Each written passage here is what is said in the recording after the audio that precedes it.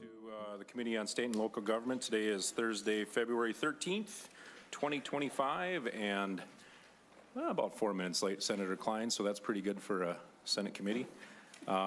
Before us today, we have a couple bills. Obviously, these bills have been, well, about as well vetted before they started getting vetted as we really have gotten into this topic pretty heavily over the last couple of years, but I believe this is the first stop you have, Senator Klein. If you could introduce yourself and proceed with your bill, I'd appreciate it. Thank you, Mr. Chair and members. And if I could start by having an author's amendment adopted by the committee, I would like to have a member offer to the A13. Chair Lang, I would like to move the author's amendment. A15. A13. Senator Zhang moves the A13 author's amendment. All those in favor of the amendment, please signify by saying aye. Aye. Those opposed? Amendment passes. Thank you, members and Mr. Chair. Members of the committee, thank you so much for your time and attention to Senate File 757, which would legalize mobile sports wagering in the state of Minnesota. I know that this controversial issue has subjected each of you to heavy lobbying, and I thank you as well for the time you have given to advocates on both sides. I thank my co-authors on this bill, Senators Kunish, Senator French, Senator Pratt, and Senator Coleman. This bill has been before your committee before, and I will try to limit my introduction to an explanation of what is different about the bill from previous iterations. This bill, for the first time, enjoys the support of the previous combatants in this area, the 11 sovereign tribal nations, Canterbury Park, the allied charities, and the Minnesota professional sports teams. More importantly, this bill continues to have the support of a majority of Minnesotans in polling. And with the author's amendment that you have just adopted, I have bipartisan support not only from my co-authors and members of this committee, but from Senator Jeremy Miller, who has championed this issue for many years. There are other sports wagering bills before this committee this year. None of them enjoys the support of the coalition I have described. I took this bill 2 years ago in partnership with our Native American tribes to ensure exclusivity over licensure, and that principle is maintained in Senate File 757. Because that exclusivity will impact the business model of our two tracts in Minnesota, we have dedicated 15% of taxed revenues to support their purses and operations. Because we recognize that metropolitan tribal nations will benefit disproportionately from legalized sports wagering, another 15% is apportioned to tribal aid, which will go to rural tribes who profit less from the new activity. Other dedicated purposes for our revenues from a 22% taxation rate are support for our allied charities, such as VFW groups and youth hockey groups, to offset their losses from e-pull-tab policy changes, funding for destination sports and events, such as the Olympic trials and the Super Bowl, support for youth and college sports and activities, particularly in underserved communities, and the highest dollar amount in the nation, $6.8 million annually, to support the Department of Human Services to raise awareness of and treat problem gaming. Members, we have learned many lessons from the experience of other states who have already legalized sports wagering, and I thank Senator Marty for highlighting those. If Senate File 757 is enacted, it will be the safest sports wagering bill in the nation.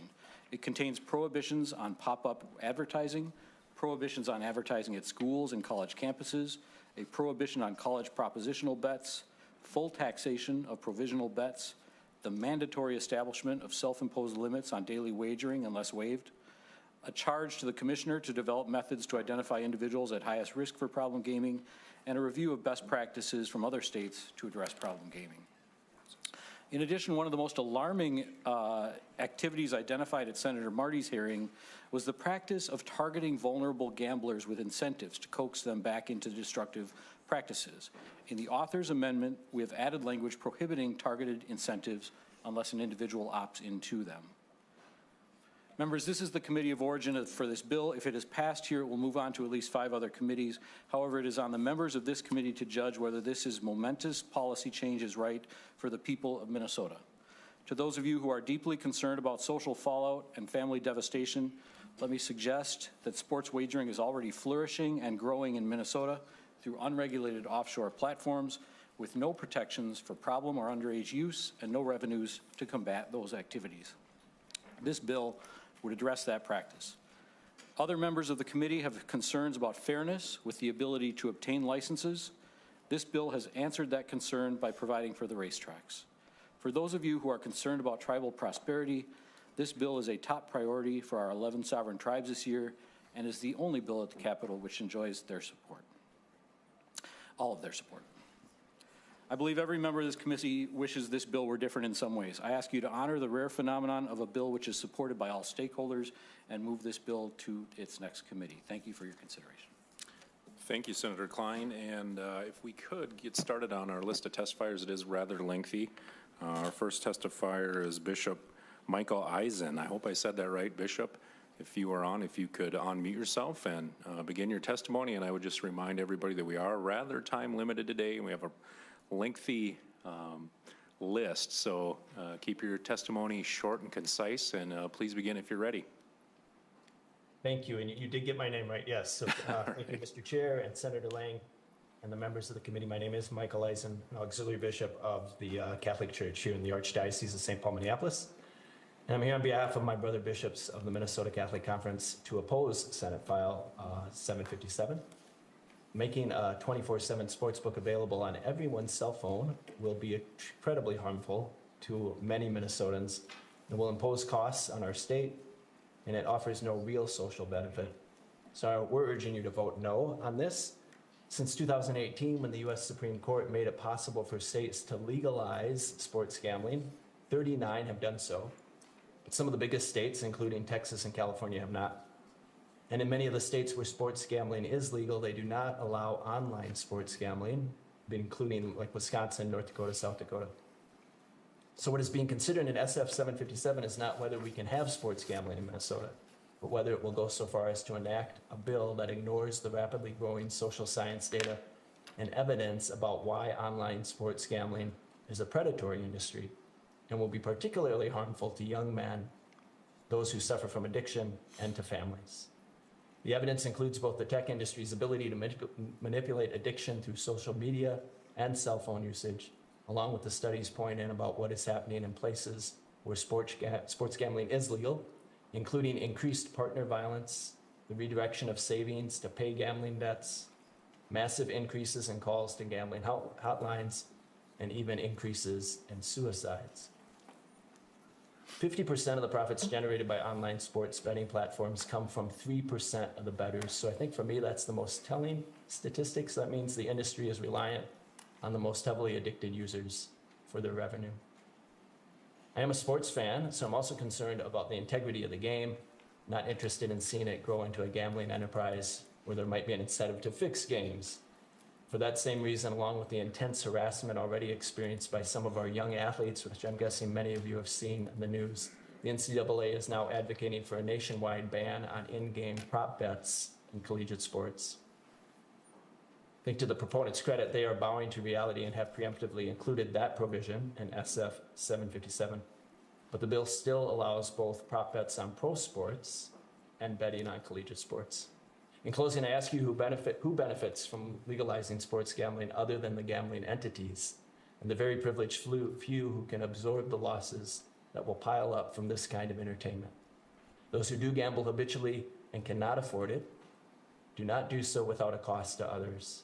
Their behavior affects all those around them, including their families, places of work, and the state as a whole, which has to pick up the tab in the form of bankruptcies and human services spendings.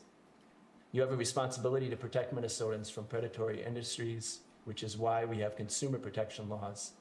Online gambling is a textbook example of an asymmetry of information and a business model that is designed to zero out the customer by taking advantage of the vulnerable. Again, please vote no. Thank you for your time and consideration. Thank you, Bishop. Appreciate the testimony. Next on the list, we have Andy Plato. If he is also on Zoom, so if you could unmute and identify yourself for the record and begin your testimony. Mr. Plato. Thank you very much, Lead Lang, Chair Zhang, and members of the committee. My name is Andy Plato, and I serve as the Executive Director of the Minnesota Indian Gaming Association, or MIGA. MIGA represents 9 of the 11 federally recognized tribes in Minnesota. On behalf of MIGA tribal leaders, thank you for the opportunity to offer our full support for Senate File 757. The bill before the committee today is largely the product of good faith negotiations with a wide variety of stakeholders and with strong input from the problem gambling community. We are proud to support a bill that provides the strongest levels of consumer protections and highest level of resources dedicated to problem gambling than any sports wagering law in the nation. Tribal leaders are committed to working with the state and stakeholders to bring legal, regulated sports betting options to Minnesota consumers. Today's illicit market only benefits offshore operators who provide no consumer protections nor revenue to address problem gambling.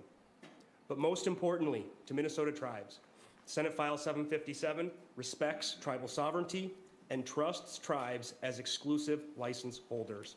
This trust is well placed as tribal gaming in Minnesota for over 30 years has been the most heavily regulated in the state. I'll conclude by mentioning a key equity provision for MIGA, that of the funding of the Tribal Equalization Account. This mechanism ensures all Minnesota tribes will benefit, regardless of their ability to garner mobile market share.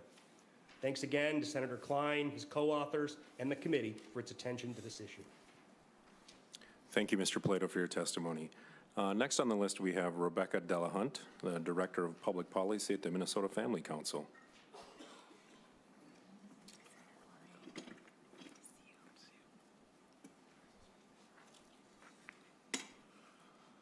Good afternoon. If you could identify yourself for the record and please proceed.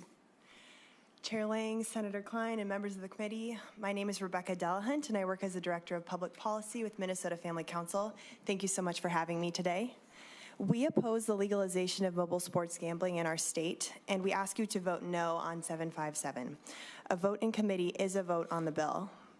Mobile sports gambling poses many social problems where it has been legalized since 2018, and the costs are paid for by families, the state, and faith communities. A study of financial data of 230,000 U.S. households by Kellogg School of Management found that every $1 in sports betting reduced household net investments by about $1. Researchers from the University of Oregon found that legalization of mobile sports betting heightens an increase in domestic violence when an NFL home team experiences an upset loss. And research from UCLA and USC has measured that online sports gambling increases the likelihood of household bankruptcy by as much as 25 to 30% after 3 to 4 years of legalization. Legalizing mobile sports betting does not just allow someone to bet on the outcome of the Vikings game. Revenue comes from in-game betting, in which users bet continuously on plays in the app, similarly to how social media keeps users addicted. This checks out with what the president of the Sports Betting Alliance shared in Senate Commerce last year, that they expect in-game wagers to count for 75% of the wagers made in the legal U.S. market by 2030. Longitudinal research from Southern Methodist University found that less than 5% of sports gamblers are observed to be net winners. The house wins. A series of surveys by the University of Massachusetts School of Public Health was presented to the Massachusetts Gaming Commission in August last year. They found that the data suggests there had not been, or had not been as of 2023, a substantial recapture of illegal sports betting revenues in Massachusetts between 2022 and 2023. The data was still being worked out, but the researcher noted it can take a long time to recapture revenue. It is not good public policy for the state of Minnesota to collect tax revenue on addiction in tandem with a predatory industry, which will in turn cost the state in human services. Minnesota families are dealing with enough financial issues due to inflation already. I ask you to vote no on Senate File 757. Thank you so much. Thank you for your testimony, Mrs. Delahunt. The next two testifiers, I think I'm going to call them up by two from this point on. Mr. Randy Sampson, CEO of Canterbury Park, and followed next to him is J.T. Foley, the Executive Director for the Coalition for Fantasy Sports, if he could come up as well. And Mr. Sampson, if you could identify yourself for the record and proceed, I'd appreciate it. Thank you, Mr. Chairman, members of the committee. My name is Randy Sampson. I'm the Chairman and CEO of Canterbury Park, and I'm here today representing our approximately 1,000 employees as well as the hundreds and thousands of fans that have enjoyed the thrill of thoroughbred and quarter horse racing at Canterbury every year since 1985. In addition to the state lottery, Minnesota has authorized 3 types of legalized gambling: tribal casinos, racetracks, and local charities. In my opinion, all 3 have been models for responsible management of gaming, and we all have repaid the state's trust by investing in the economic development of Minnesota and the communities we serve. For Canterbury Park, racing purses are truly the lifeblood of a successful horse industry. As competition for the gaming dollar has intensified, many states have stepped up to provide additional gaming options at horse tracks to create a thriving horse industry. Others have provided direct financial support to maintain competitive purse levels, as well as other steps to support horse racing. These states have horse industries that are succeeding in ways that Minnesota should emulate. On the other hand, states that are expanding gaming and not providing support for their horse industries are seeing iconic racetracks close and the jobs and economic impact of horse racing disappear. As the legislature has been considering legalizing sports betting, Canterbury Park has made it clear that we will support legislation that respects the value of all three types of gaming. A win-win-win result has always been possible with a bill that works for the tribes, charities, and racetracks. Senate File 757 meets that goal in the following ways. By taking a portion of the net revenue from sports betting and using it to fund a racing development fund, you will substantially increase purses, provide incentives for Minnesota breeding, and support our ongoing stable area programs and improvements that have created a strong and healthy racing community for horses, jockeys, trainers, and the many unsung heroes that care for the roughly 1,100 horses that make Canterbury Park home each summer. Also, by expanding advanced deposit wagering to include wagering on racing conducted in Minnesota, you will help Minnesota racetracks expand our reach to fans throughout Minnesota while continuing strong protections to prevent wagering by underage individuals. Canterbury Park supports Senate File 757. It is the product of honest and respectful discussions that have included legislators on both sides of the aisle, leaders of Minnesota's tribal nations, the racetracks, and charitable gaming organizations. It's taken a long time to build the trust necessary to get to this compromised position that has the support of Minnesota's gaming industry. We hope that future discussions on this bill and other gaming issues will benefit from the hard work that everyone has contributed to this process, and we look forward to continuing to work with the legislature to pass legislation that will provide the support our industry needs, not just to survive, but to thrive. Thank you, Mr. Chair. Thank you, Mr. Sampson. I appreciate the testimony. And if we could get Dr. Christy Janigo to come up, and Mr. Foley, you're next on the list. So if you'd like to start your testimony, please identify yourself for the record and proceed after that. All right. Lee Lang, Chair Yong, and members of the Senate, State, Local Government Committee. Thank you for the opportunity to provide testimony today in support of Senate File 757. My name is J.T. Foley. I'm the Executive Director of the Coalition for Fantasy Sports. This coalition is made up of 5 member companies from leading innovative fantasy sports platforms: PrizePicks, Underdog, Better, Dabble, and Splash Sports. In attendance with me today are coalition members John Pauly from Underdog and Andrew Winchell from Better. The Coalition for Fantasy Sports is a leading voice advocating for fantasy sports industry. Together we advocate for effective legislative policy that protects consumers, promotes innovation, and provides fair regulatory landscape for industry competition in the fantasy sports space. Our mission is to champion the interests of millions of fantasy sports consumers in America by promoting innovative and ensuring consumer protection through responsible play. Fantasy sports are played across the United States by a diverse group of individuals. The great state of Minnesota has the most avid sports and fantasy consumers. In fact, Minnesota has more fantasy sports players per capita than any other state in the country. We want to make certain that the fantasy sports consumers can continue playing contests they currently play in Minnesota, regardless of whether the state decides to authorize Las Vegas sports gambling. We want to thank Senator Klein and other co-authors for the work on this bill. SF 757 sets a good framework, and we will continue to work with Chair Klein to implement best practices that we see in the industry and around other parts of the United States to allow for innovation as the bill moves through this process. I want to thank you for the opportunity again, and let us know if you have any questions. Thank you, Mr. Foley, for your testimony. Appreciate it. If we could get Mr. Justin Revac to make his way to the testifying table. I appreciate that. And Dr. Janigo, I hope I said that right. That's right. If you could introduce yourself and proceed with your testimony. Greetings, Chair Zhang and Lead Lang. My name is Dr. Christy Janigo, and I'm the American Legion Department of Minnesota Legislative Chair. And I'm an Assistant County Veteran Service Officer for my day job. where it helps some of the state's most vulnerable veterans find housing, navigate their involvement with the justice system, seek mental health services, and access life-changing veteran benefits. First, I want to thank Chief Author, Senator Klein, as well as Senator Miller, Representative Stevenson, and the other lawmakers involved in the bipartisan and bicameral efforts over the past couple of years. Last year, the Legion strongly supported HF 2000 and its Senate companion because of the charitable gambling tax cuts and the change to lawful purpose expenditures under Code 22 to allow our post to complete crucial capital improvements. We were devastated that the bill fell short in the final hours of the 2024 session, yet we're grateful the negotiations continued, which is what brought us SF 757 in its current form. Regarding issues that pertain to veteran service organizations, this bill would be better if it didn't force any arbitrary sunsets on us or constrain how much of our revenues we can use on our building repairs, when many of our buildings are unsafe or at the very least out of compliance with the ADA. Rest assured, our posts will strive for the maximum possible star rating with the Gambling Control Board, even for those posts that must use some revenues to fix up buildings. Our donations are how we carry out our charitable mission across our 4 pillars: Veterans Affairs and Rehabilitation, National Security, Children and Youth, and Americanism. Our more than 50,000 American Legion Department of Minnesota members agreed to prioritize advancing these tax cuts above all other things we want for the service member, military family, and veterans community. Again this year, because we think this will have the biggest impact. There are 537 American Legion posts throughout Minnesota, and 193 of them have charitable gambling operations. Those operations account for roughly 10% of all charitable gambling in Minnesota. While some say, oh, it's just gambling, we respectfully disagree. Charitable gambling is inextricably linked with crucial emergency supports for veterans.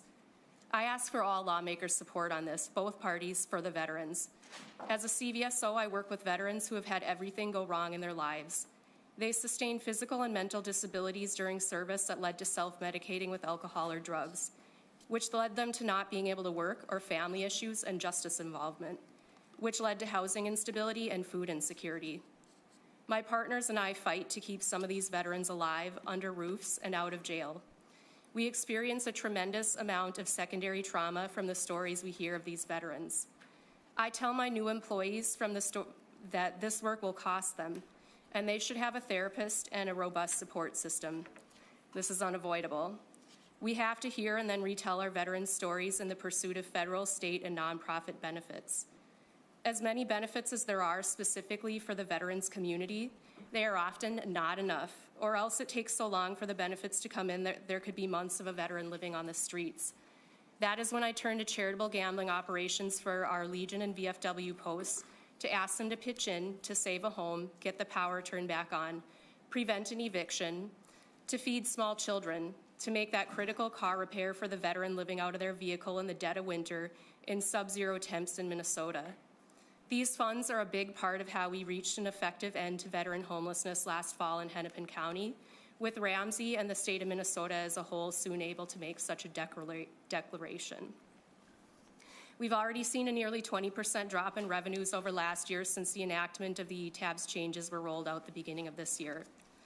I can assure you that the cap to the gaming fees and the very small tax cuts that passed in 2023 were far from sufficient. Lawmakers should not pat themselves on the back for helping us while veterans continue to struggle. With heavy state and local taxes on top of other bills we must pay, these expenses handcuff our posts from helping the veterans in the community who are suffering. I've recently lost veterans I've tried to save, and their losses will always haunt me. Is this really how we will treat those who risked and sacrificed everything, including their lives? Is it not the government's responsibility to get out of the way when a charitable organization can meet needs in the community that they cannot fulfill? I'm sorry if I sound angry, but I'm the one who has to look these veterans in the eyes. This is reality for some of our veterans. Please help us, help me, to get our veterans in need the assistance they deserve by passing this bill. Thank you. Thank you, Dr. Janigo. And if we could get Rachel Jenner, Director of the Allied Charities of Minnesota, to step towards the testifier table. And Mr. Rivak, if I said that correctly, you did. Go ahead and introduce yourself as well and proceed with your testimony. Thank you, Mr. Chair and committee members. My name is Justin Rivak, and I'm the president of the Minnesota Horsemen's Benevolent and Protective Association, otherwise known as the HBPA. I'm also a racehorse owner. I represent the horsemen and women who call Canterbury Park their home in the summer, as well as the year-round residents like myself who are stakeholders in thoroughbred industry in Minnesota. I'm happy to be here to speak in favor of Senate File 757. Thoroughbred horse racing is at a crossroads in Minnesota and many states around the country, as the number of different types of gambling, such as sports betting, are legalized and the competition for gambling dollars increases. In states where racetracks are allowed to enhance purses via other forms of gambling, horse racing is thriving. But in states where they are excluded, tracks are closing at an alarming rate. Horse racing is a unique industry because owners have the ability to move their horses to states where the purse money is better. Canterbury Park is a remarkable racetrack. Canterbury management and the Minnesota HBPA work together to provide the most welcoming and family-friendly stable area in the country, with incredible programs such as Furlong Learning, Abijah's on the Backside, and our Canterbury Chaplaincy. This has resulted in a strong loyalty from our horsemen and has kept them coming back. But as the purse imbalance between Minnesota and other states continues to increase, it becomes more difficult to convince owners to keep sending their horses back to Minnesota. The Minnesota HBPA believes that the revenue generated from this bill will go a long way towards fixing that imbalance and allow horse owners to continue to race their horses at Canterbury Park. We want to thank Senator Klein, Senator Pratt, Senator Miller, and all of the other elected officials and interested stakeholders that have worked together with us over the last few years to get the bill to this point. The Minnesota HBPA supports Senate File 757 and asks you to vote yes on its passage. Thank you. Thank you, Mr. Evac. And we could get Father Peter Etzel, if I probably said that wrong as well, but if you could approach a table. And then Ms. Jenner, if you could start your testimony and identify yourself for the record. Thank you, Lead Lang, Chair, Mr. Chair, members of the committee. My name is Rachel Jenner, and I am the Executive Director for Allied Charities of Minnesota. I'm here today to speak for the nearly 1,200 licensed organizations that conduct charitable gambling in Minnesota. These are veteran service organizations like the American Legions and VFWs. They are Lions Clubs and other fraternal civic organizations, youth sports, fire departments, and a variety of charities that are serving many, many purposes throughout our state. I am here today to express strong support for Senate File 757 and specifically the meaningful tax relief for charitable gambling organizations. We appreciate Senator Klein bringing this bill forward, building upon the work and input of all the stakeholders from last session. I want to thank Senator Klein and Senator Miller for working hard to build a framework for sports betting that has had bipartisan support and has brought everyone together in agreement on what's best for sports betting in Minnesota. This bill provides charitable gambling organizations with much needed significant tax relief for our industry, and we are very grateful for that. Last year, Minnesota Charities paid $192 million in state tax, leaving us only $139 million for donations. We have been seeking tax relief for many, many years because since 2015, we have paid more annually in state taxes than we have donated. This is simply unacceptable. We are the ones who are filling so many needs in our communities. We are funding food shelves, assisting with veterans issues, buying safety equipment for first responders, providing funding for school, and a myriad of youth programs. When a football team needs new helmets, we are there. When a park needs to add equipment for children with disabilities and special needs, we are there. When a fire department needs a new fire truck or safety equipment, we are there providing that funding. And unfortunately, as you've heard, the recent changes in the 2023 legislation had a significant impact on our electronic pull-tab games, which now generates the majority of our industry's revenue. The removal of the features such as open all and bonus play game animations have led to a nearly 20% decline in our revenue. In just 1 month, many organizations saw thousands, if not tens of thousands of dollars disappear. So the loss of that revenue has now made this tax relief urgent. We ask today that you support Minnesota's charities and pass Senate File 757 to provide us the necessary relief to continue the work strengthening our communities. Thank you. Thank you, Mrs. Jenner. If we could get Jack Meeks to head towards the testifying table.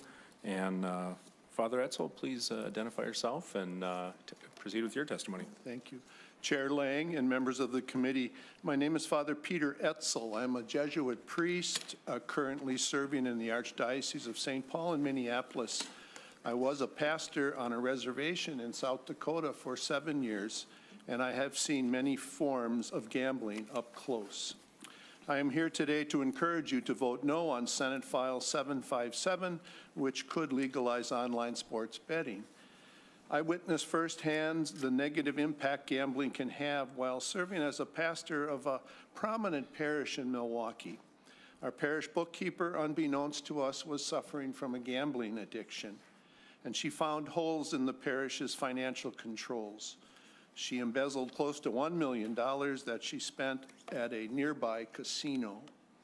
The person, a longtime parish employee, did this over the course of 18 months, much of it during a time of transition in parish leadership. She deftly covered the theft by altering the financial records and coming up with a scheme to carry cash out the door from the weekend collections. Shortly after the theft was discovered, when confronted, she pleaded not to be terminated from her employment. "I can pay it back," she said. We asked, "How much did you take?" She replied, $10,000 to $15,000. She was sincere in thinking she only took up to $15,000. Unfortunately, that was far from reality. She had embezzled, as we learned over the years, nearly $1 million from our parish funds without even realizing it. It is frightening to see how much time, money, and resources people put toward their addiction. Now, as a parish, we had to recover our losses as much of that money came directly from donations from our parishioners. We hired an attorney to assist us and spent 5 years recovering from this embezzlement. In the end, we spent over $100,000 just on legal fees to uncover exactly what she had done. Learning about our bookkeeper's gambling addiction was very troubling and created a large amount of financial and pastoral work for our parish as we engaged in rebuilding trust with our parishioners and staff and getting back on our feet financially. Fortunately, in Wisconsin at that time, for sure, gambling was limited to on-site only. One can only imagine how much worse this would have been had she had access to a gambling account on her phone and could place bets right from the office. Addicted gamblers often become desperate to feed their addiction. She was the mother of 3 children. Decisions like this impact spouses, children, grandchildren, and in my case, parishioners, employees in the local church. In closing, recently Pope Francis said efforts must be made to expose the mental illness, despair, and suicides caused by the fact that in every house there is a casino through the cell phone. I urge you to oppose the legislation on sports betting and save the people of Minnesota from falling more into the addictions that are already there. Thank you for listening. Thank you, Father Etzel, for your testimony. And if we could get Maria Cermak to come towards the table. I don't know if I said that correctly. You'll have to correct me when you get up here. And Mr. Jack Meeks, if you could identify yourself for the record and continue with your testimony. Mr. Chairman, Lead Lang, and members of the Senate, State, and Local Government Committee. My name is Jack Meeks, and I'm chairman of Citizens Against Gambling Expansion, an organization founded over 25 years ago to oppose the proliferation of gambling in our state. Thank you for allowing me to speak today in opposition to Senate File 757, which would be the largest expansion of gambling in Minnesota history. It would literally put a sports book gambling device in the pockets of every cell phone user in Minnesota. The addition of sports gambling will usher in a new era of gambling in our state, resulting in massive expansion and unleashing negative consequences for our youth and those gambling. I think this isn't just fearful thinking. We have seen the negative consequences of sports betting since the sports gambling floodgates opened. According to the most recent figures, in 38 states plus DC, where sports betting is legal, U.S. has now seen more than $437 billion in bets, at local sports books since the Professional and Amateur Sports Protection Act was repealed in 2018. Sports gambling is not to be excused as an innoxious game of entertainment. Rather, it will fundamentally change the way we interact with sports and how it is presented. It is a bad bet for Minnesota and will cause untold harm to our citizens as it has in other states and countries where it has been legalized. When we talk about gambling in 2025, we aren't merely talking about picking the Vikings to beat the Packers. We are speaking of placing bets on almost any kind of contest you can imagine, including in-game prop bets, betting on video games or esports, betting on who will get the rose on The Bachelor, or who will win Best Actress at the Oscars. The truly dark side of sports gambling recently became public in the midst of the tragic wildfires of California that robbed thousands of families of their homes. One predatory online gambling website was taking wagers on when the last fire would be extinguished, as well as offering other ghoulish bets for gamblers to cash in on others' misfortune. These types of bets, if legalized by the Minnesota legislature, will happen in Minnesota dorm rooms and family rooms all across the state, placed from a smartphone linked to a bank account and credit cards. Australia legalized sports betting in 2001 and provides a cautionary tale of that country's experience with these companies and their contests. It is especially comparable since 18 years is the legal age to wager in Australia, as it is here in Minnesota. Studies have shown the reality of the consequences of legalized sports gambling in Australia.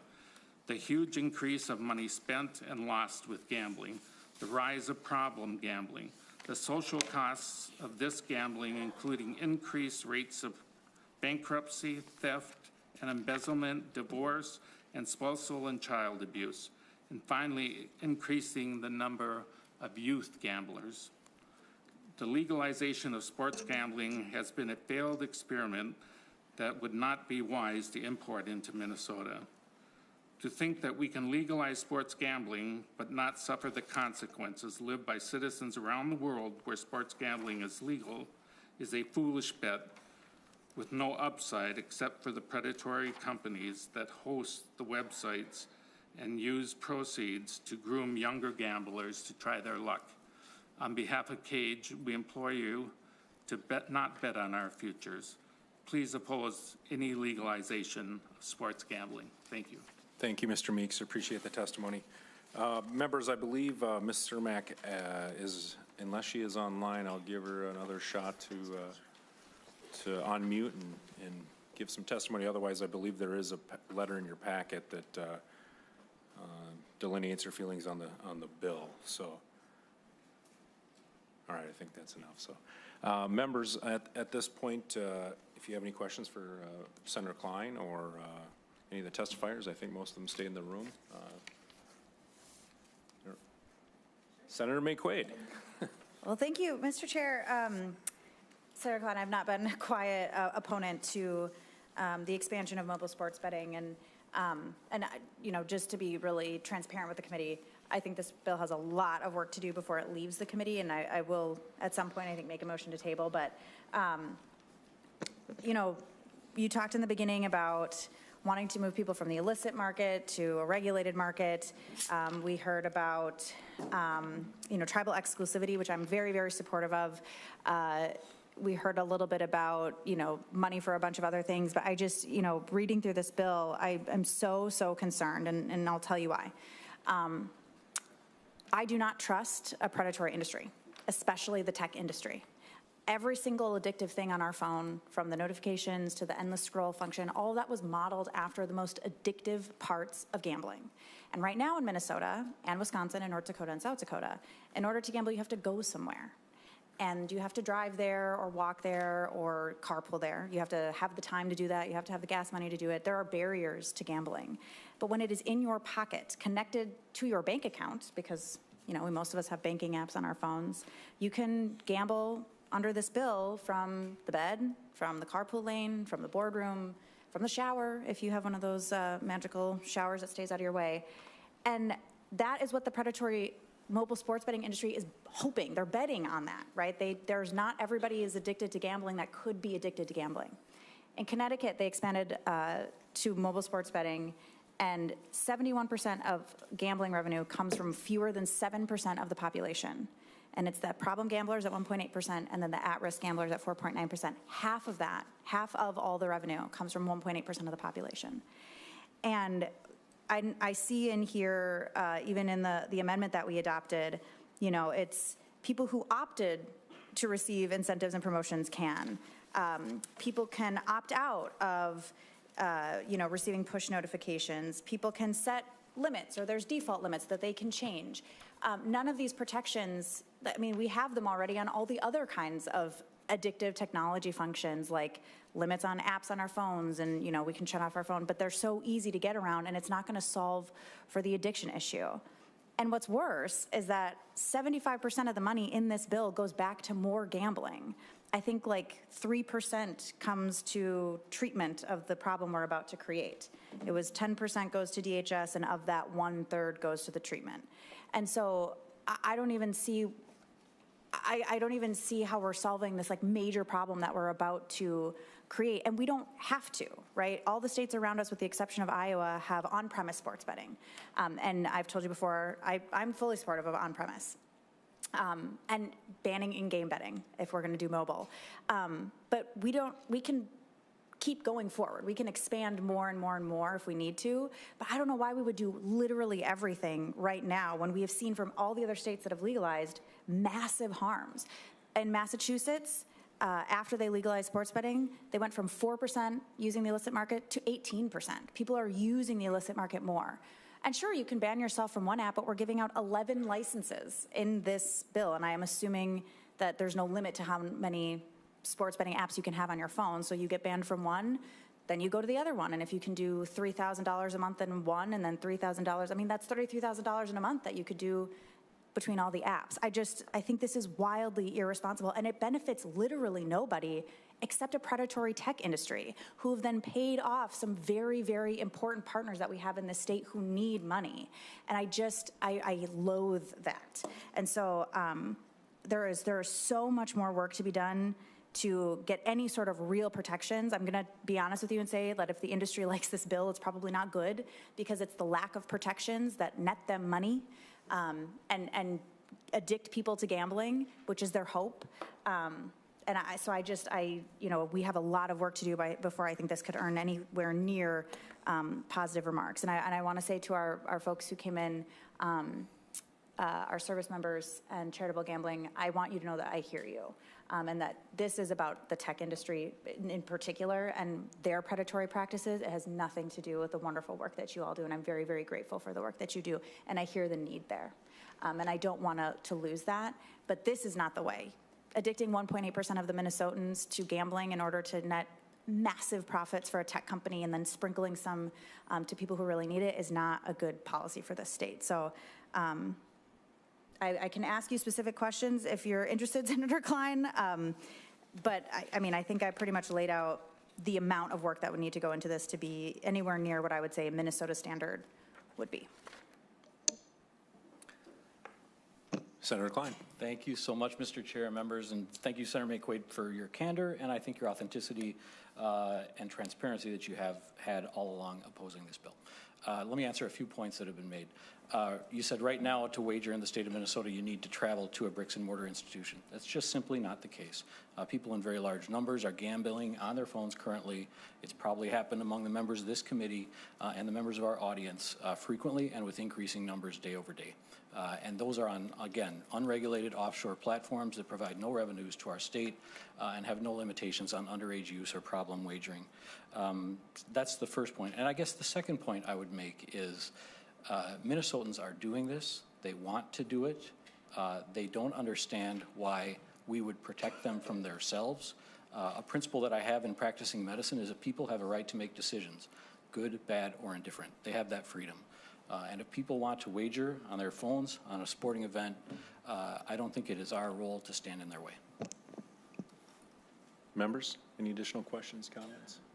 Senator Drazkowski. Thank you, Mr. Chair. I take it there's not a fiscal note here before us. Is that true, Senator Klein? Mr. Chair, Senator Drazkowski, I apologize. It is not ready yet. We have the one from last year, but of course this bill is considerably different. So, Senator Drazkowski. Thank you, Mr. Chair. Thank you, Senator Klein. Senator Klein, I think you're right. The bill's not ready yet, and that's I concur with that and what Senator McQuaid had to say in that regard as well. I think there's a lot of questions about the bill.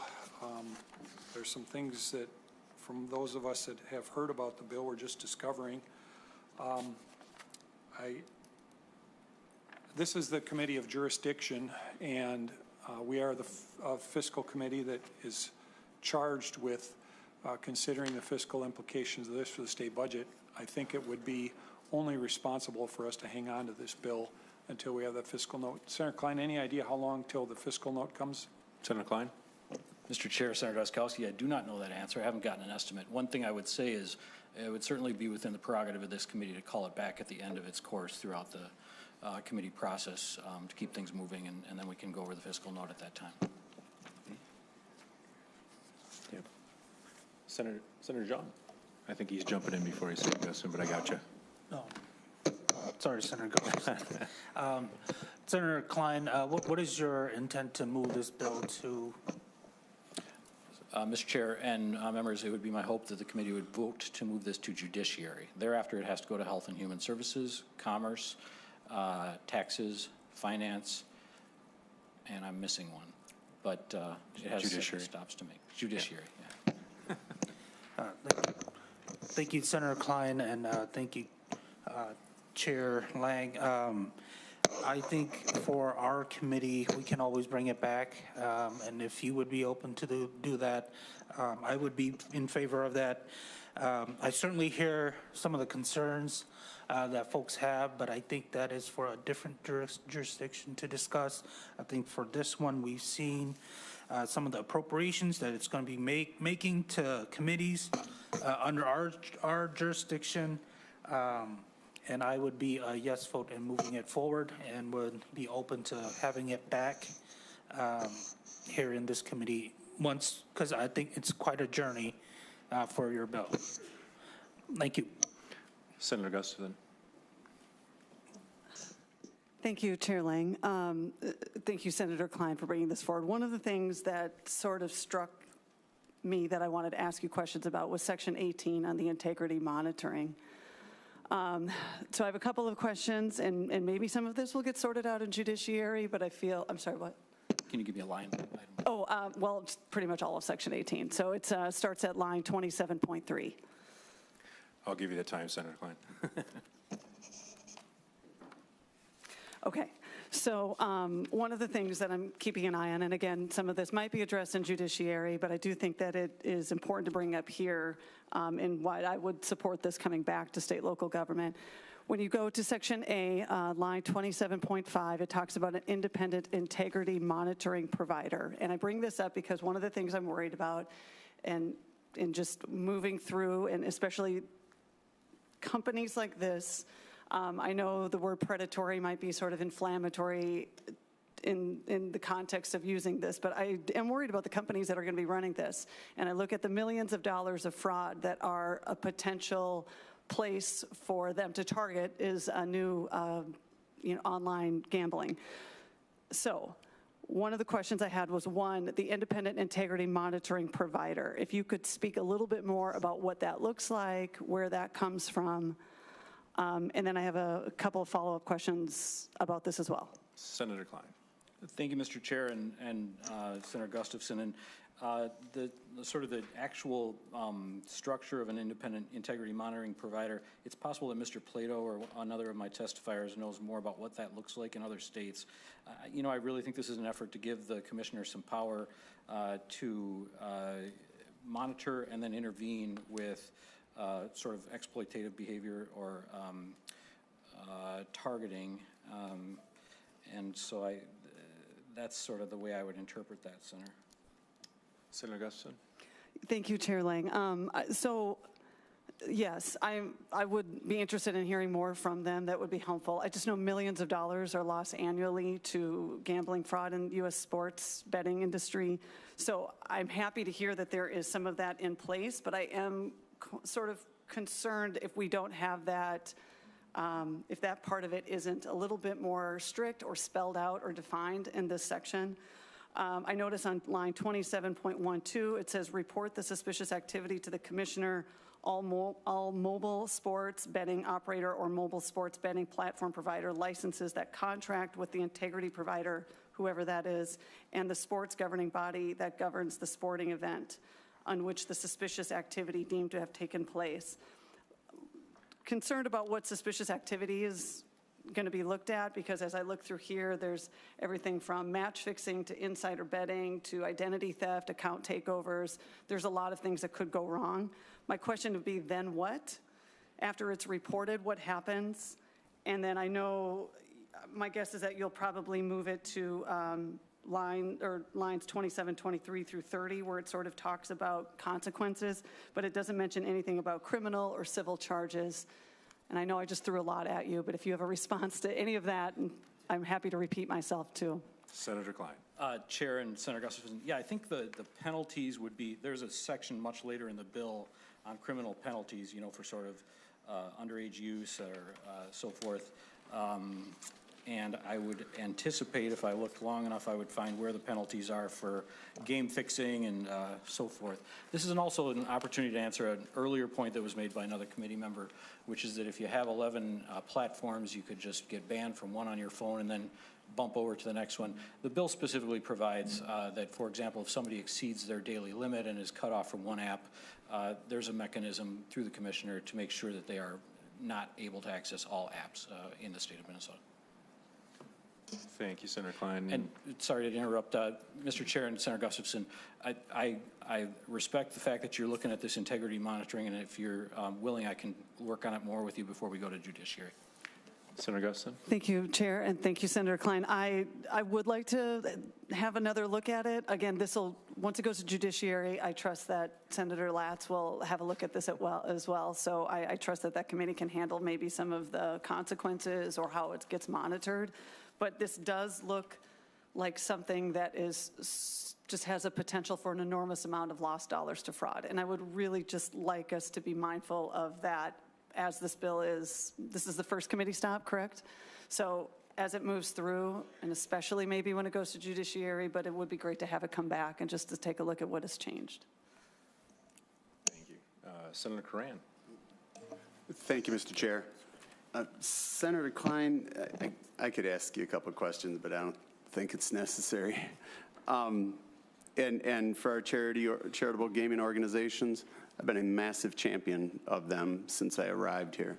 I think those organizations do great things, and the only abuse they receive is from the state of Minnesota and the current tax burden and the assault by our governor and the assault on the e-poll tabs, which, as they confirmed, reduced their revenues by 20%. So under this hypothetical model we paid off everybody, right? Everybody in there in the process. I'm not a fan of exclusivity at all, but look at the number one target is the charitable gaming. It gets some hypothetical $40 million a year maybe. You confirmed that you had a hit of 20% of those revenues. Last year you paid $192 million in state income taxes. You had $139 million to give to the most local charitable opportunities serving all of the greatest things that you spoke about in your testimony. But under this model, as I read it, that's $11 million net gain, maybe, on an annual basis. So I look at it and say, who's going to benefit? And so a little promise of some revenue on the backside, and I look at it's a simple math. It's $11 million. Because they fought, and that same group is going to fight to take away, if you could recover that 20% and then grow that until you hit the next threshold when the assault will come back to take away all of the e-gaming, e-poll tabs under some other made-up fallacy, and take all your revenue away for some promise of greatly reducing your revenue of some small share of this sports book. I don't think that assault's going to stop. And so for me, we had an opportunity to make significant change. The governor chose not to do that. He inflicted the harm. Almost $200 million. We could have cut, and just so people know, that was on the backs of paying off the stadium, the Minnesota Vikings stadium. Paid it off early, great. But at the end of the day, they moved that revenue into the general fund. So $200 million going to the general fund. We should have reduced that tax burden by 50% back then. You'd have another $100 million. You'd have another $100 million right directly in our communities today. We could put that $100 million back, but not through this process, because there's nothing guaranteeing you to buy into this, along with everybody else who's getting a spiff, that you have a future. I think this would guarantee the demise of it, because you'll get the little spiff on the front side, and on the back door, they'll continue to work to take those away. So, Senator Klein, I can't support this bill. I won't support the bill for the purposes I just stated, and so members, whether we lay it over or table it or take a vote, I do request a roll call on the final bill, if that's where we get. But for that reason, I can't support it. Roll call requested and granted. Senator Fate? I did. Thank you, Mr. Chair, and thank you, Senator Klein. I did have a bunch of comments and questions, but I'll limit it to just one. I think I'll just probably be repeating everyone else, but there's been a lot of stories from folks that have been struggling with addictive gambling, that they've been assigned private hosts and concierges that are specifically designed to continue gambling, especially large amounts of money, taking them further and further into debt. One of the stories is from Dr. Kavita Fisher, who I think was on the testifier list today but wasn't able to testify, who also had their story in the Wall Street Journal that's inside members' packets, talking about when she was at her lowest, that her host was repeatedly giving her credits over and over again, at one point giving $36,000 within the first 4 months of 2023. And at one point, the host received an email from her with her asking if they give out loans because she couldn't afford her mortgage. The host responded by offering some resources to deal with her addiction, but at the same time, she was still getting bombarded with messages about more incentives to continue on gambling. So that's the problem I'm having with this.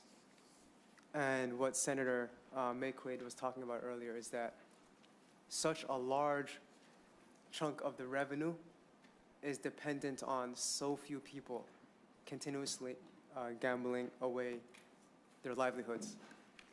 And no matter how many guardrails we can put in place, no matter how many committees could vet through this, the reality is that this industry is a function of banking on their successes off of people's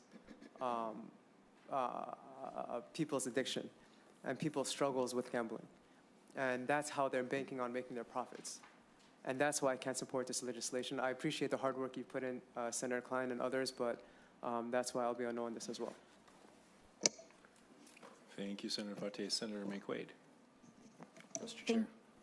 Oh, Senator Klein, did you have a response? Just to respond briefly, and thank you, Senator Fateh. I concur with you that one of the most alarming things that we heard in Senator Marty's hearing was this targeting with sort of VIP status of particularly vulnerable individuals who are clearly in a state of financial distress and then would receive a text with a $500 incentive or something. I attempted to answer that within the A13 that you all adopted, where there's a prohibition on individualized incentives or promotions. I'll be the first to say that this language is not nearly as strong as I would like it to be. This is sort of placeholder language, but I think that practice of sort of targeting people who are in financial distress needs to be addressed before this bill becomes law, and we should have firm language in place to prohibit that practice. Thank you. Senator McQuaid. Thank you, Mr. Chair. So Senator Klein, I guess, you know, if people want to move forward, I'm going to ask you some specific questions. So there's some language in this bill about, like, the commissioner will study, you know, ways to not have gambling be addictive. One of the things we know right now today is that one of the most addictive functions of mobile sports betting is in-game betting. So it's not, will the Vikings win? You know, who knows? But it's, will they make this kick? Will they make this sack? How many yards? You know, and it's the dopamine hit, dopamine hit, dopamine hit, dopamine hit. That's what makes it addictive. And if you talk to people today who struggle with problem gambling, they will say, like, look, I joined to bet on my favorite team, right? Like, I just joined, bet $50 on the team to see if who would win. And now I'm getting up at 3 in the morning to watch sports I don't even know about in Australia to bet on random sports that I've not heard of either. And so why would we keep in-game betting in this bill, knowing that it is the most addictive part of mobile sports betting, and it's one of the most predatory parts of it? Mr. Chair and Senator McQuaid, I'm not sure I agree with the characterization that it is the most predatory part. It's also the part that most consumers of sports wagering wish to participate in. It's a huge part of the market because people find it enjoyable. You know, I think we prohibit it and we would lose the support of sort of significant entities within this bill. I would think the tribes, certainly, because it would decrease revenues substantially. Senator McQuaid. Thank you, Mr. Chair. And I think, Senator Klein, your answer is like the whole thing, right? Like, they lose revenue because it's so addictive that if you can't do it, people don't stay on and bet over and over and over again. Similar question, if the legal age to sports bet is 21, why are we allowing people to bet on college sports when almost half the population or more isn't even 21 yet? Senator Klein. Mr. Chair and Senator McQuaid, college sports, propositional bets, of course, are banned within the game to protect college athletes, but college sports are an activity that is a significant part of the wagering market. Senator McQuaid. Thank you, Mr. Chair. And Senator Klein, I've told you this before too, but college kids are kids, right? They live in dorms and in frats and in sororities. They don't have security and lots of money and, you know, an entourage to travel with them. They're kids. They go to school, they go to class, and we've had so many stories of people threatening coaches and threatening players. And if we want to talk about the integrity of the game, and now you have like a, you know, college swimmer, and they're like, if you lose this race, then we'll throw some money your way. And it's like, how do you, I mean, it's just, I don't understand why we would put this kind of pressure on college kids, having someone gamble away their 401k if they don't make a three-pointer. I think removing in-game betting and removing the betting on college sports would go a long way to putting in the kinds of protections that we're talking about here. I mean, I want to get back to the limits. You know, we have some default limits in here, but am I correct in understanding that someone could change those at any point in time? Senator Klein. Mr. Chair, that's correct. There are default limits that you can opt out of or you can adjust. Senator McQuaid. Thank you, Mr. Chair. And maybe another suggestion for the bill is to go through this whole bill, and any time it says self-imposed or opt-in or opt-out, to not do that, because again, this is the addictive nature. Most people, when they start betting, again, it's for fun, right? This is the whole point, is that there are a lot of people right now who don't even know that they're at risk of having problem gambling issues. And they go into this for fun, right? Get a free $200 if you sign up. Okay, why not? Like, I watch sports. I watch sports. I won the Senate bracket for March Madness last year, and I plan to win again this year. But I didn't have a predatory sports book involved in it. But people who go into it for fun and then they end up falling down this rabbit hole, that's when you change your behavior. That's when you set different daily limits. That's when you do opt in to the VIPs and concierges. I mean, I think any sort of opt-in is or maze is allowing for this predatory behavior to continue. Tell me about the cooling off period and how that works with all the apps. Senator Klein. Mr. Chair, first let me answer the question, or actually explain to the committee what Senator McQuaid is proposing. She's saying mandatory limits that cannot be adjusted or waived. So that would be the state of Minnesota telling everyone you cannot bet on your device more than $200 a day. That's the law. You can't bet. It violates sort of a principle of self-determination, I guess, that I believe in, and I wouldn't support that. The 3-hour cooling off period is no longer a part of the bill. It was eliminated in the A13 and substituted for the language on targeted incentives. Senator? Thank you, Mr. Chair. So the parts about cooling off, the 30-day cooling off period doesn't exist anymore? Senator Klein. That's incorrect, sorry. The 30-day cooling off period does, can you point me to the line that you're looking at? I'm on personal limits, so 22.3, down the page.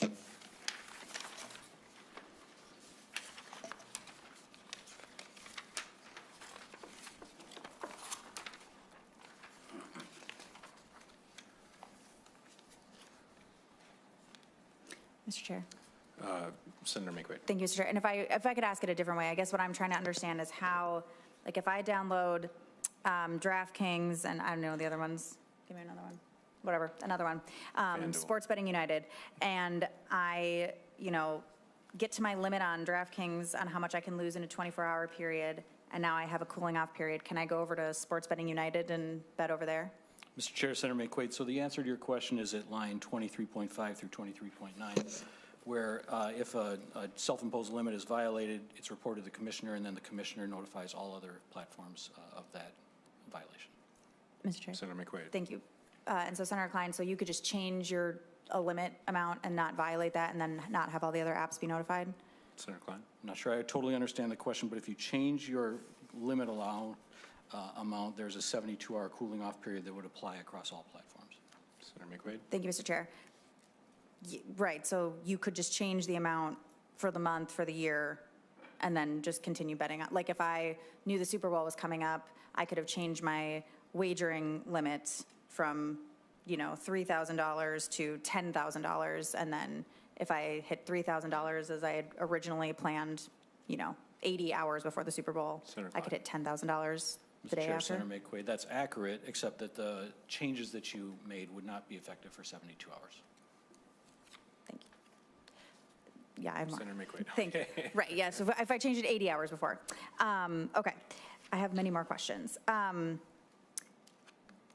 The prohibition on push notifications, am I reading this accurately that the only time that messages can't be sent promoting things on a user's device, I'm looking at 24.14 and 1.5, is when they're under self-imposed restrictions, as in they had to have restricted themselves?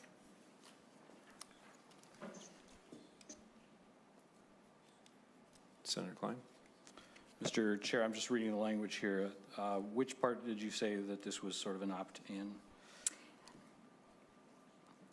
Thank you, Mr. Chair. 24.14 and 24.15.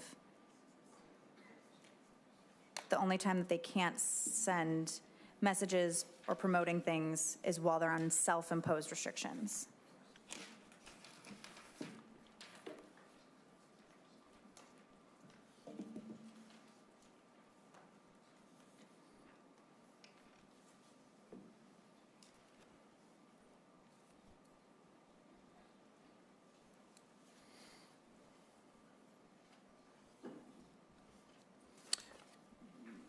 Mr. Chair, I think I understand the question now. Senator McQuaid, so the first part of this prohibition, I think, is the actual push-button notifications. And then the second part, I think, is to prohibit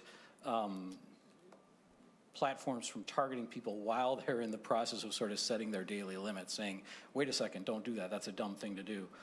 So that sort of addresses that specific circumstance where they're setting their limits.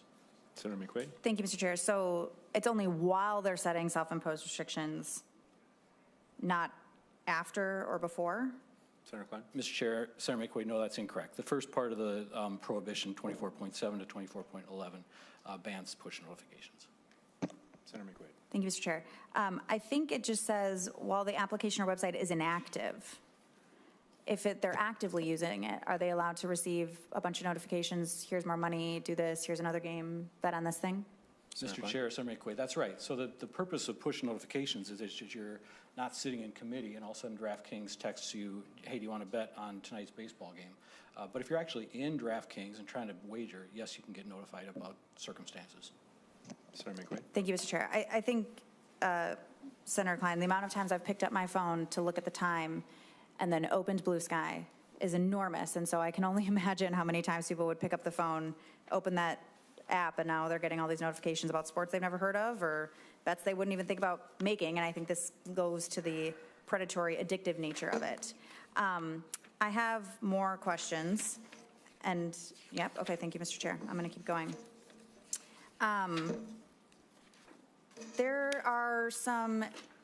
There's some 32.18, we're talking about data protection. So individual or identifying data, it looks like, is considered private. And then on 32.26, we're prohibiting these sports betting apps from selling individual identifying data. Does this also prohibit the sale of other data that's used to target us for ads? Are they collecting, for example, the days that you're most likely to make bets based on when you get paid or when you pay child support or when your mortgage comes out of your bank account? And is there anything in this bill that prohibits any sort of algorithmic compiling of that information to find the best times and days to send you those messages while you're in the app to get you to bet on more things? Senator Klein? Mr. Chair and Senator McQuaid, no, there is not a ban on algorithms. You know, those protections around private data are kind of the essential protections that Minnesotans demand when they log on to applications like this. And this language gives the commissioner broad authority to protect that data going forward.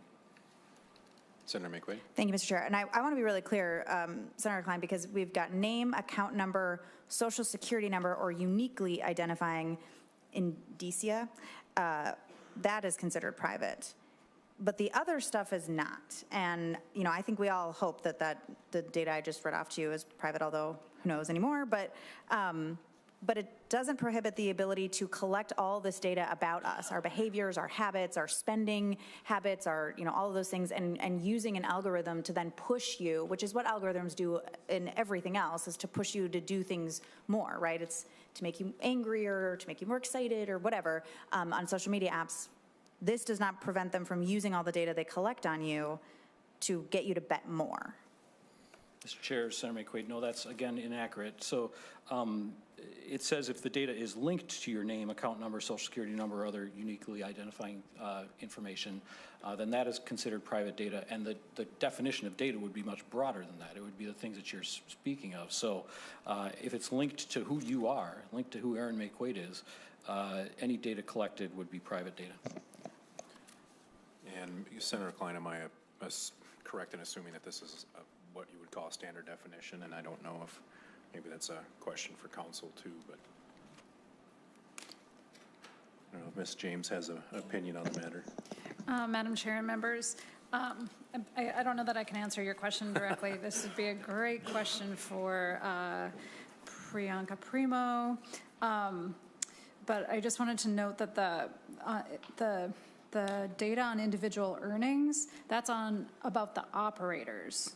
And then it's also about the operator application and licensing information. So that second sentence there that makes it non-public data is about the operators and not about the wagers. I don't know know if that helped. Well, Senator Mayquade. Thank you, Mr. Chair. I don't know if it helped. It was certainly clarifying. And I want to be really clear too, Senator Klein, this is talking about the sale of private data, not the use of private data, right? So no, Sports Betting United, this random app that I just made up, can't sell my data. But it doesn't say that they can't use this data and literally any other data to compile, to make an algorithm to get me to bet more, right? To find the perfect days and times and parts of the month or parts of the year when I'm more likely to do it. That is really, really concerning to me right now. Like the way that you've presented this is that like Minnesotans want to do this. And we're not talking about like, oh, when I have the idea to go and bet, we're talking about introducing an algorithm that is meant to get you to take certain actions by using personal data. I'm sure, lots of our data is for sale. That's a whole industry right now, and collecting all of that data to get us to bet more. And that is my biggest concern about this. Again, it's not whether, I have no problem with people betting on sports. I do it all the time. What I have a problem with is introducing a predatory industry that can use things like algorithms to manipulate our behavior to get us to do things we wouldn't otherwise do. And a lot of people would not be susceptible to that manipulation. Like I am not susceptible to gambling addiction. I don't find it interesting. But I know a lot of people who are and who would be. And that right algorithm, the right compiling of information, get them at the right time, that's really dangerous. And that is why I have such an issue with this, with the mobile sports betting part in particular. Did you want to respond to that? Okay, good, because I have more questions. Thank you, Senator Mayquade. Members, any additional questions? Senator Drazkowski. Thank you, Mr. Chair. I was looking at the fees, and we have in the bill a scale of fees. If you are going to be a mobile sports betting platform provider, your license is a $16,500 application fee, a $250,000 license fee, and then to renew every year, $83,000. Senator Klein, tell me that's not a barrier for entry for new businesses. Senator Klein. Mr. Chair, if the members could just point me to line items when they reference certain parts of the bill, but those are substantial numbers. I'm on page 1 of the summary, Senator Klein. Oh, okay. In any case, yeah, those are substantial licensing and operator fees that go to sort of the activities that we require as a state to regulate this industry. So, Mr. Chair, if we could. Senator Drazkowski. Thank you, Mr. Chair. Thank you, Senator Klein. So I guess my point is we are creating, something that if you're going to get into this as a business, you've got to be a huge business to be able to afford this to begin with. So I can only see where this industry could go or will go, and it's going to be the big guys are going to continue in this industry, and any little guys or gals that want to get into it aren't going to get in, because it's $250,000 to get in the first year, $83,000 every year after that to stay in. And I understand you've got to create revenue for this bill in order to mortar together all the blocks that you do in a bill and all the pages and all the articles and sections. But that's not a good strategy or a good approach for an industry that allows competition and allows more participation. It almost seems like fencing, already written into the bill up front. We see fencing bills come forward in a variety of areas around licenses in this state, whether you're in real estate or some other regulated field. These bills come in. In this particular case, it's written right into the bill as the industry is being developed or authorized initially.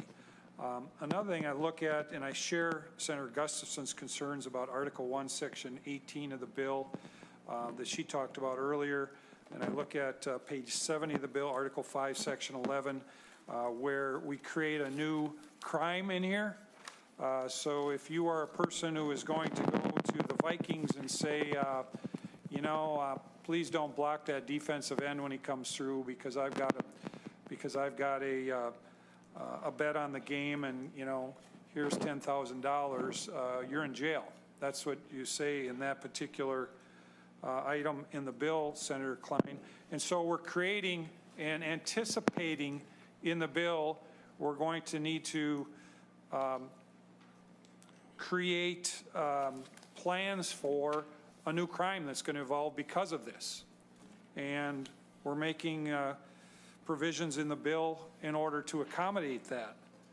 And so we're acknowledging in the bill there's going to be more crime because of this. We're going to create government in order to deal with that crime.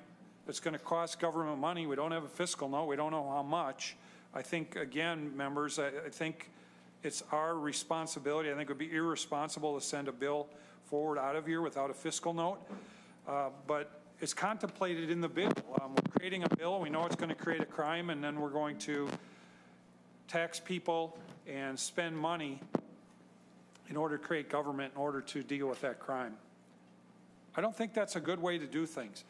The other thing is, a lot of the discussion has been on problem gambling, and this is the same insanity, members, that we've seen in the marijuana bill.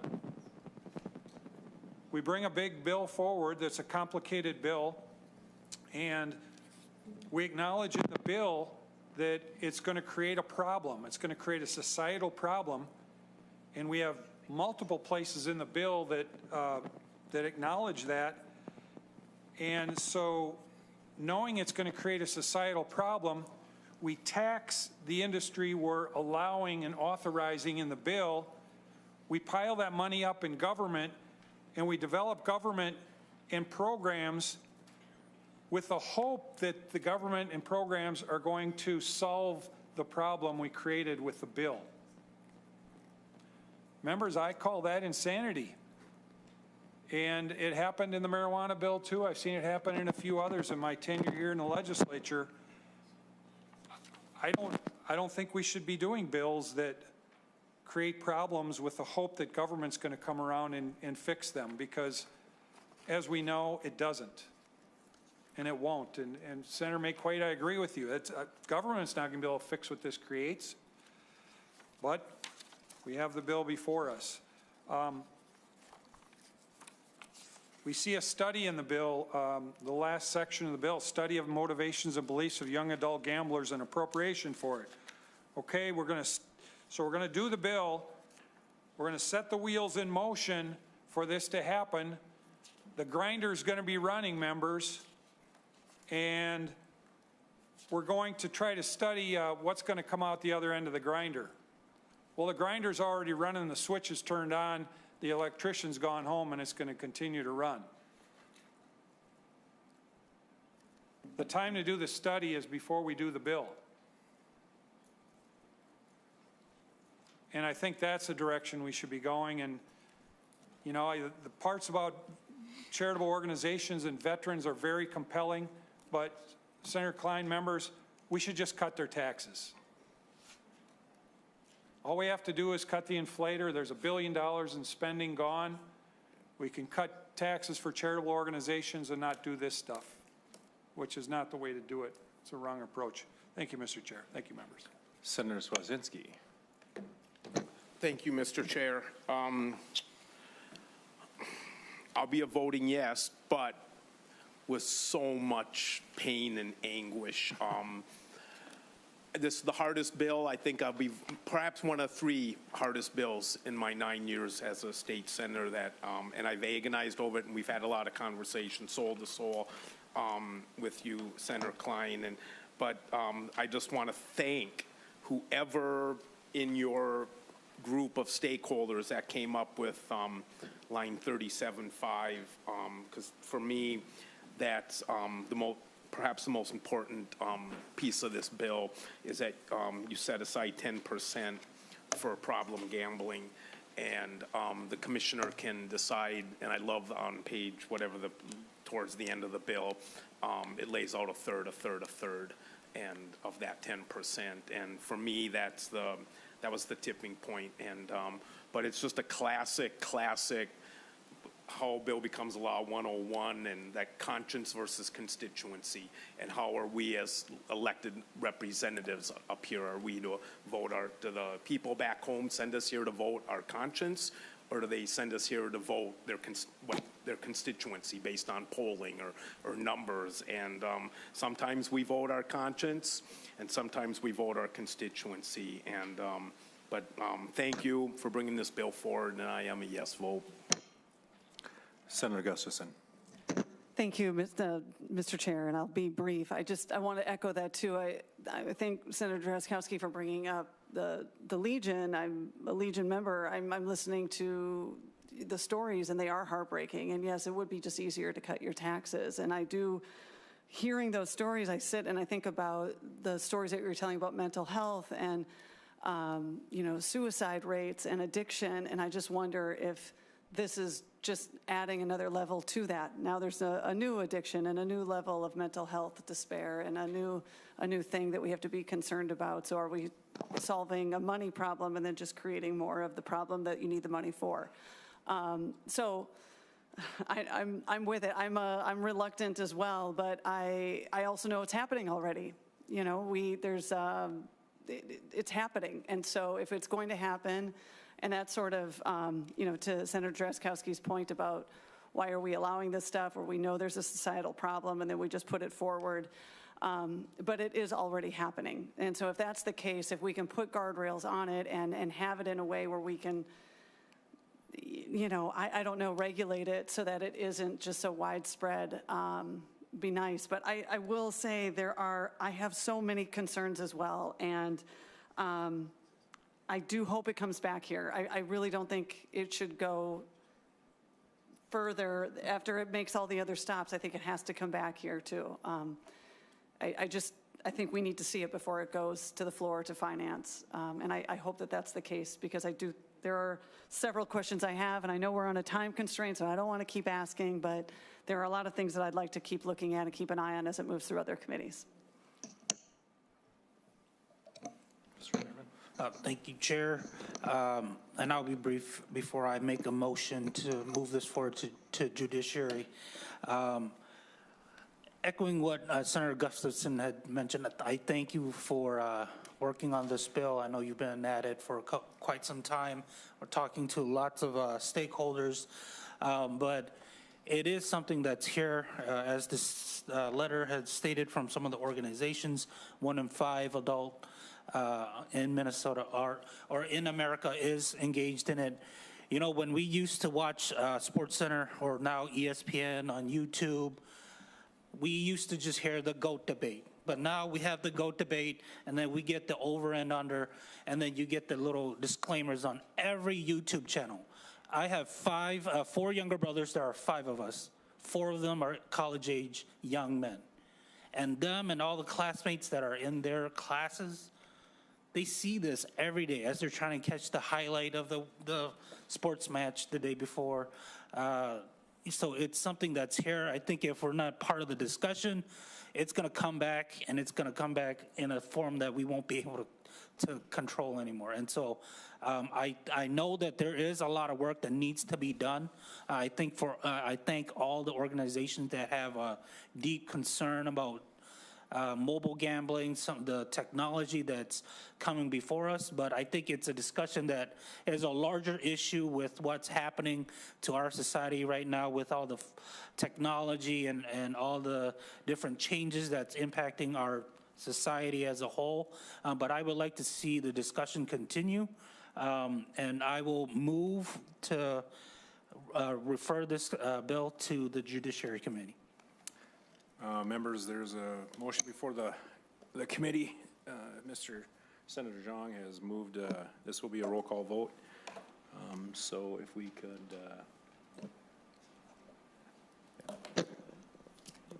have staff go through the roster. Chair Lang? Aye. Chair Zhang? Aye. Vice Chair Gustafson? Aye. Vice Chair McQuaid? No. Senator Barr? No. Senator Carlson? Aye. Senator Swedzinski? Yep. Senator Drazkowski? No. Senator Eichhorn? No. Senator Fateh? No. Senator Johnson Stewart? Yes. Senator Coran? No. Mr. Chair, there are 6 ayes and 6 noes. Members having not a sufficient number of votes to pass the committee, the bill stalls out here. So thank you, Senator Klein, for the time. Next on the agenda, we have Senate File 978. Senator Marty, I haven't seen him. Oh, there he is. And I would probably actually I'm going to start. Oh, I'm sorry, he was online. Mr. Plato, I'm sure if you're ready and available after Senator Marty gives his introduction, we'll go from there. So Senator Marty, welcome to State and Local Gov. Thank you. Senate File 978, please proceed. Thank you, Mr. Chair. Appreciated the discussion on the last bill, and I wanted glad to be able to have a chance to present Senate File 978. I'm not, as some of you know, not a proponent of online betting, but I've told proponents that if Minnesota is to make the move forward on this, if we're going to legalize, if we're going to expand this, I think we have to do everything in our power to prevent real safeguards, and not just ones that the industry finds they can live with, but I think we have to be very careful because the states that have legalized it have found out they have huge increases in addiction, huge increases in bankruptcy, huge increases in other problems. And I think it's a very serious matter, and as several of you discussed earlier, it's highly addictive, and doing it on a mobile phone, which is available 24/7, makes it far more accessible. Wanted to quickly start a couple more comments before going through a few provisions in the bill. I'll start by saying that I've appreciated the work of the tribes on their work on this issue. I respect fully the tribal compacts, and my bill honors tribal exclusivity. The thing that some may not like is it wouldn't be as profitable because, frankly, it would have more restrictions. And I want to say that in terms of sports betting, you've had some of this discussion. We had a hearing on this a while back. But the industry has said by legalizing it, we will have far better control. It'll help address problems with gambling addiction. It'll help address problems with youth gambling.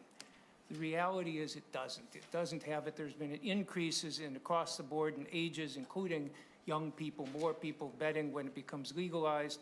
There's already, as Senator Klein mentioned, a huge number of people who are doing the illegal offshore thing. But if you're a 16-year-old kid and you're betting on sports right now illegally, we come in as a state and say, oh, we're going to legalize this here. Kid says, oh, great, now I can bet here. Oh, I guess I can't. I'm not 21 yet. So the kid's going to just give up and say, oh, I can't bet anymore. No, they're going to keep doing what they're doing. The trouble is, by bringing this in, we have a huge onslaught of advertising. In the Super Bowl, there weren't that many because sports betting isn't legal in Minnesota, so it's just the national ads. And they're not going to waste a lot of money on those ads. But the onslaught of advertising, you watch sports in any state where it is there, it's nonstop. The billboards, everywhere else, there's advertising, advertising, advertising, which entices people to see gambling as a regular thing.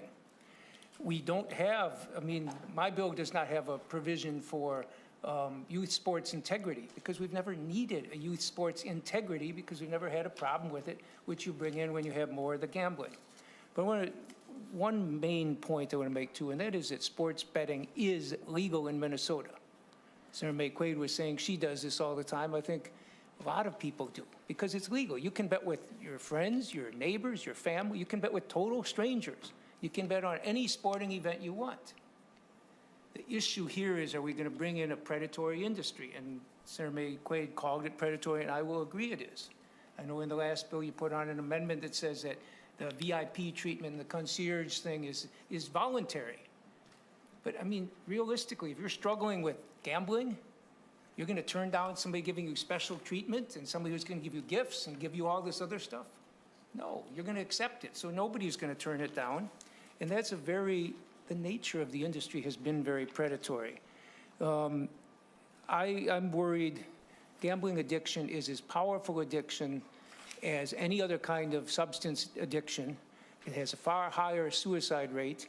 The Granite Falls treatment program in Minnesota, the one residential gambling addiction treatment program, the director of that says that virtually half of their patients with gambling addiction have thought about suicide, and 1 in 5 has actually attempted suicide. You check any other addiction, there's nothing close to that kind of thing. It's a huge public health risk, and as I think we should recognize, it's one that affects not just the person, but it affects their family, their friends.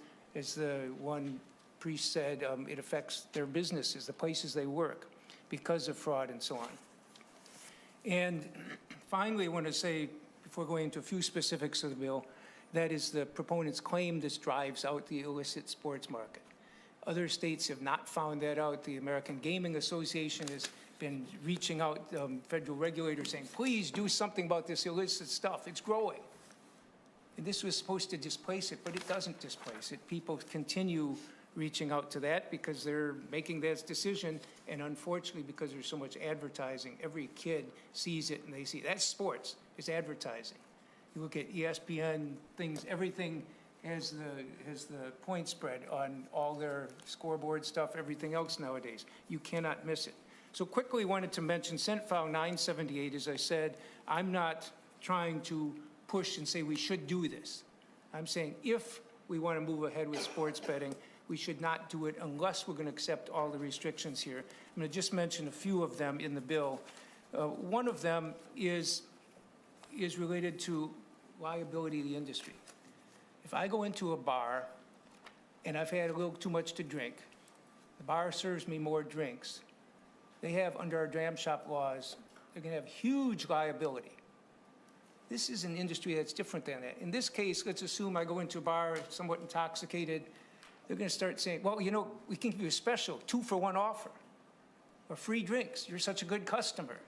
They actually entice you to do it at the time you are least able to handle it.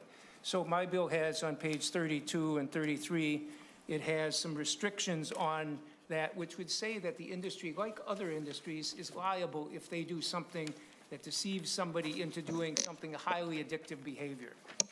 The second thing I will say about the bill is advertising. I mentioned that earlier, a huge problem with advertising. And on page 18 of the bill, I have some restrictions, one of which is much weaker one is in the other bill.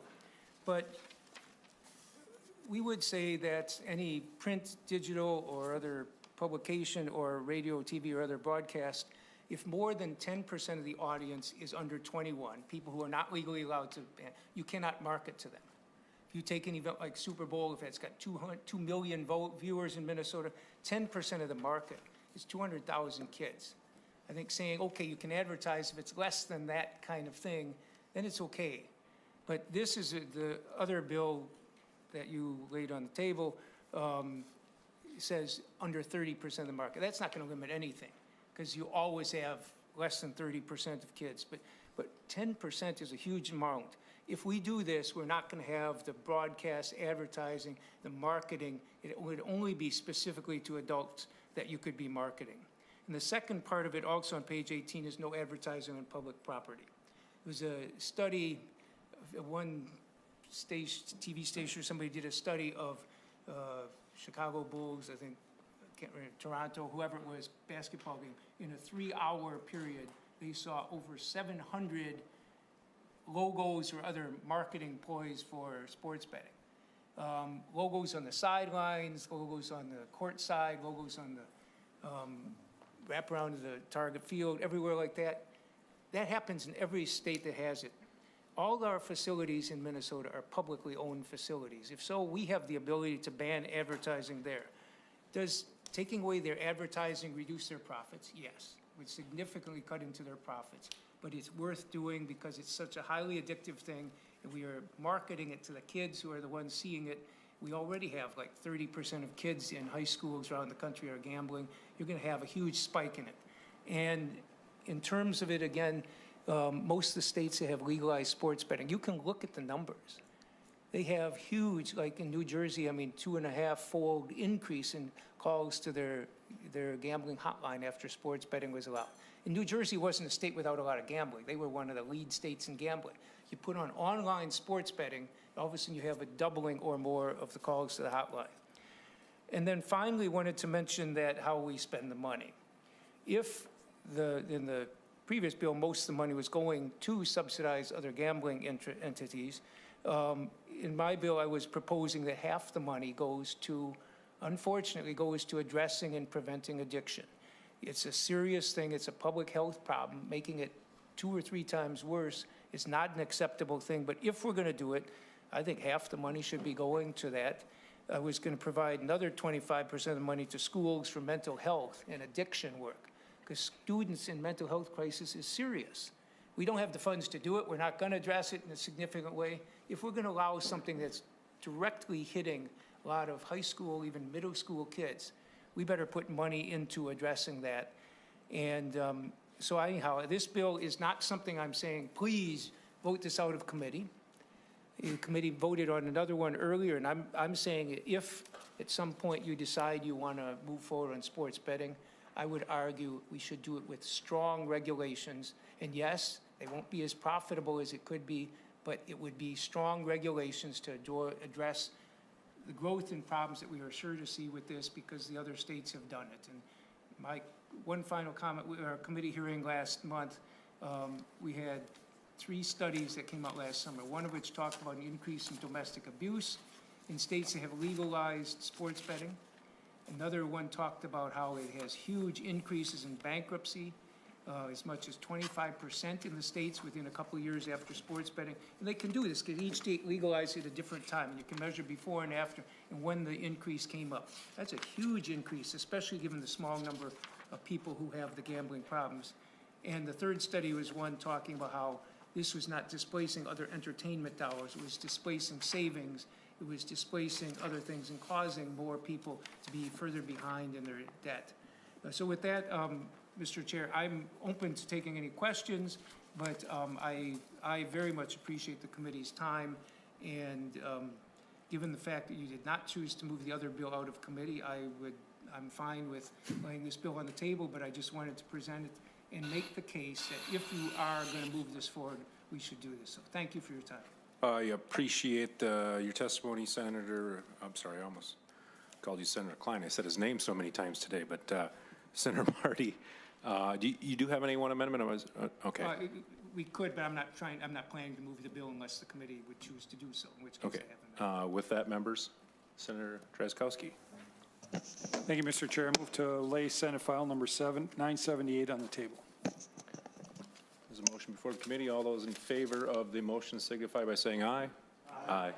Opposed? Nay. Motion passes. Senator Marty, your bill has been laid on the table. Thank you very much, Mr. Chair. I appreciate the time. Thank you, Senator Marty. Members, thanks for a rather rapid wind up to the day. Thank you for all your comments. Thanks for your putting up with me as chair this year. I appreciate that. And thanks to Senator Zhang for allowing me to do that today. So with that, nothing further on the agenda. We stand adjourned.